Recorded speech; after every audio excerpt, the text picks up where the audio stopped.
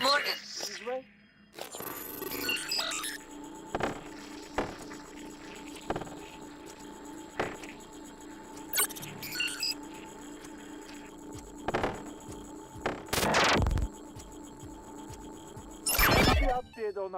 Patient.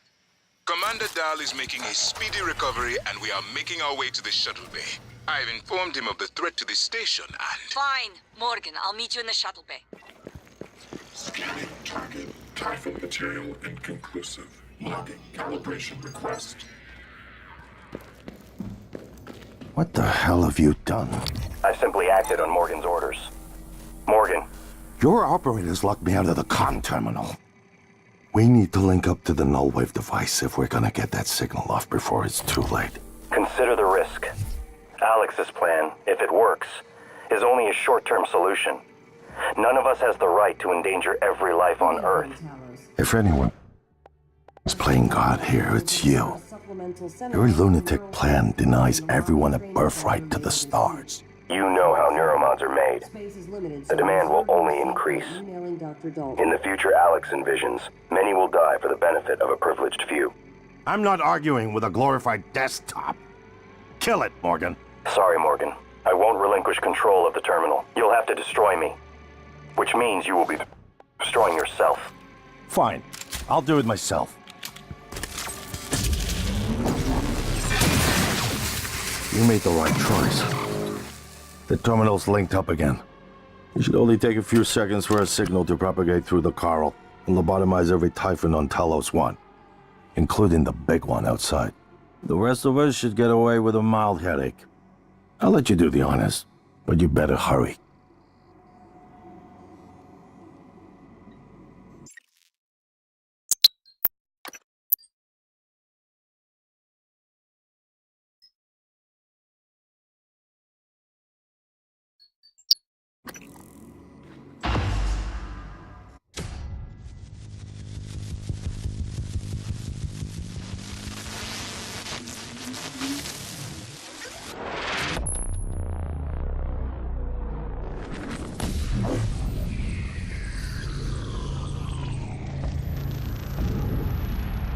What is a neuromod?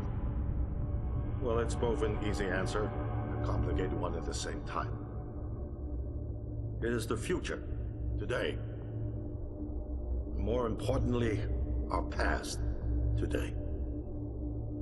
This is the work TranStar does. Every employee working together. It's immortality. And it is beautiful.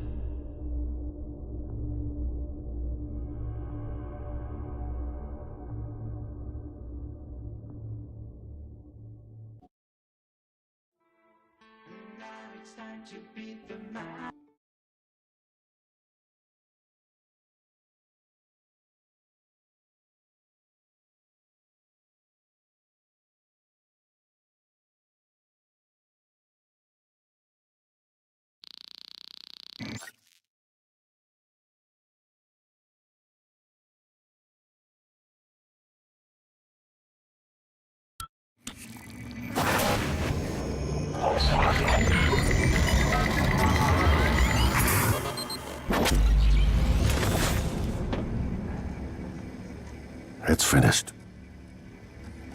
How did it do? Activation of the mirror neurons is promising. Empathy quotient shows to be exceptionally high. It probably thinks it was dreaming, and nothing mattered. You're assuming it thinks like us. Its life depends on it. Ours too. It all comes down to the choices it made. It saved me from the cargo container. I would have suffocated otherwise. It installed multiple Typhon-based neuromods. It could mean an instinctive return to its own kind. Or an attempt to integrate its dual natures. But its most surprising act was sparing Dar. While perhaps for purely selfish reasons, this, at least in principle, enabled others to escape Talos 1. Michaela, I would have died without my medication. That wasn't easy. That says a lot, I think, about its heart. Can I say that it has a heart? Then, there was a man in psychotronics, Ingram. That was cruel. There was no other way to see it. But... would you let it live? yes. Sarah, you're next. The situation in the cargo bay was bad. None of us would have survived without its help. And it destroyed a large number of Typhon across the station. That has to be a good sign. Further, it thwarted Dar's attempt to use us as hostages. If it were one of my officers, I would give it a commendation. Danielle, what do you say? It never saw me, and it never ran into Volunteer 37. Hard to say what it would have done. There were a lot of humans controlled by the Typhon that it could have harmed. Seems like it went out of its way to avoid that. I think it's worth the risk. In the end, it chose to activate the null wave device. Why? To preserve the Typhon technology? We can't really know what its motives were for anything it did. But we have to make a choice. You can hear us, can't you? Here. I want to show you something.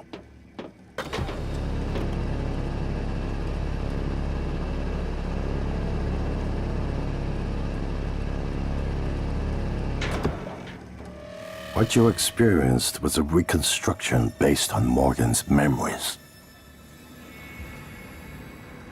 This is the world today. We spent years trying to put what you can do into us. We never tried putting what we can do into you. Until now. You're the bridge between our species. I need to know if you see us. I mean, really see us. Take my hand if you do.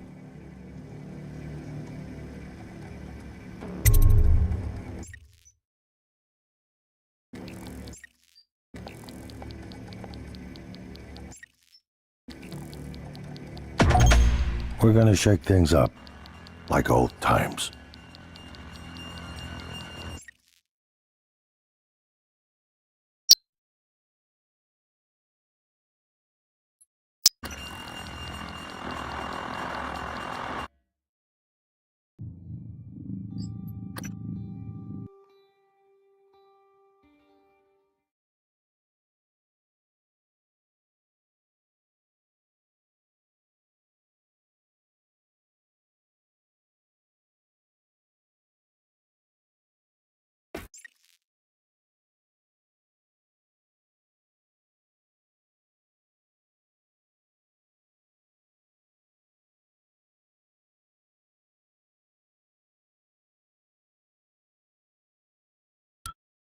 You made the right choice.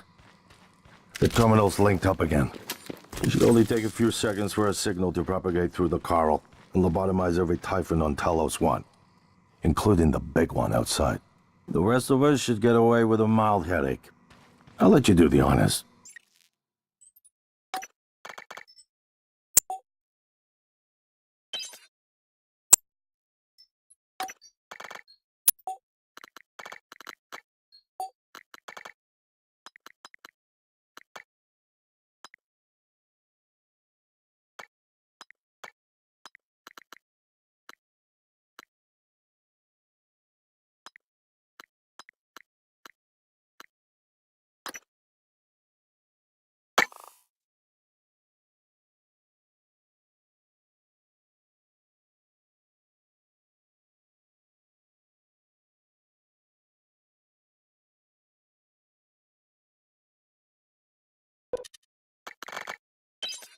But you better hurry.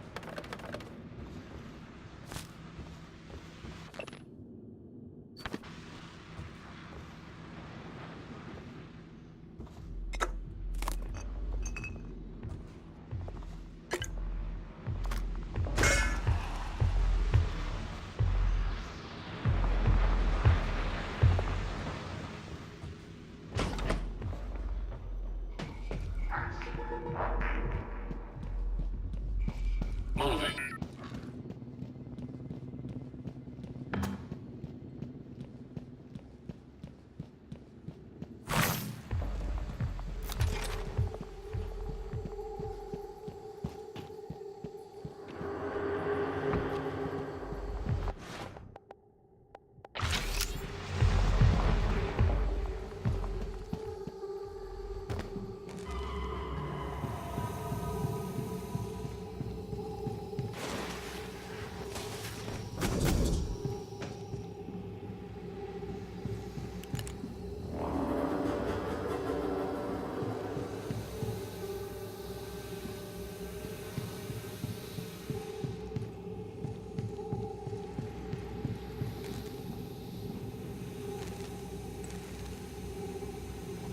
Operator approach.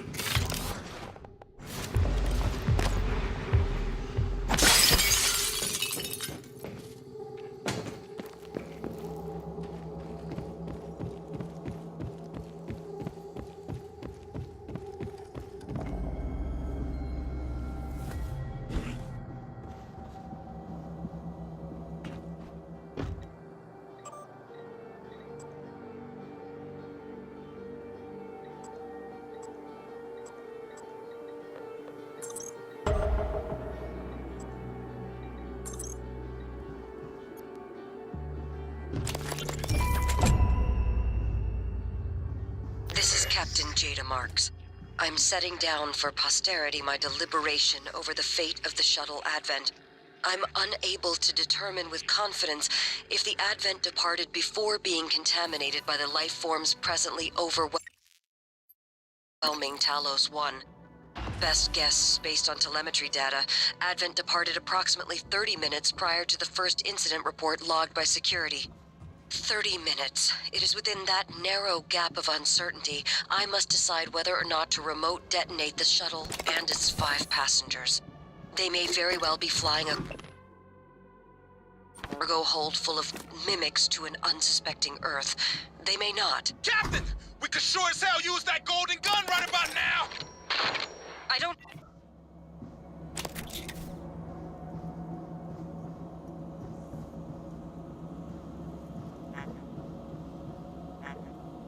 Alex, this is Captain Marks. I'm calling to let you know I've authorized a full evacuation of Talos 1. I've tried to issue a mayday to Earthside operations, but our external communication systems are malfunctioning. If you're still with us, we're keeping our posts until the last pods are safely away. Marks out.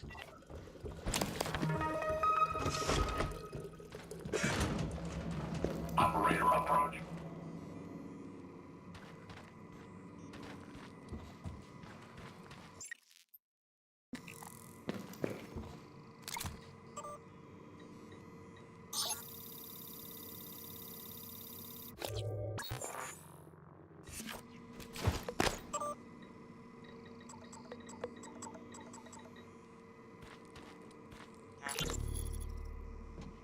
What do you have for me, Cothran? Chief, yeah, so I checked that flight plan for the volunteer shuttle like you requested. You're right, it went dark for 12 minutes before it resumed a path towards Earth, but at a slightly different trajectory than before. It's almost unnoticeable, like it left from a different part of the station or changed its flight pattern around Talos. 12 minutes? What about the other shuttles? It's only the volunteer shuttles, but it's all of them. They go dark 8 to 10 minutes after leaving the station, then suddenly reappear. The VIP shuttles don't show the same irregularity. Got it. Don't talk to anyone about this. About what, Chief? Exactly. Good work, Matt. Elazar out.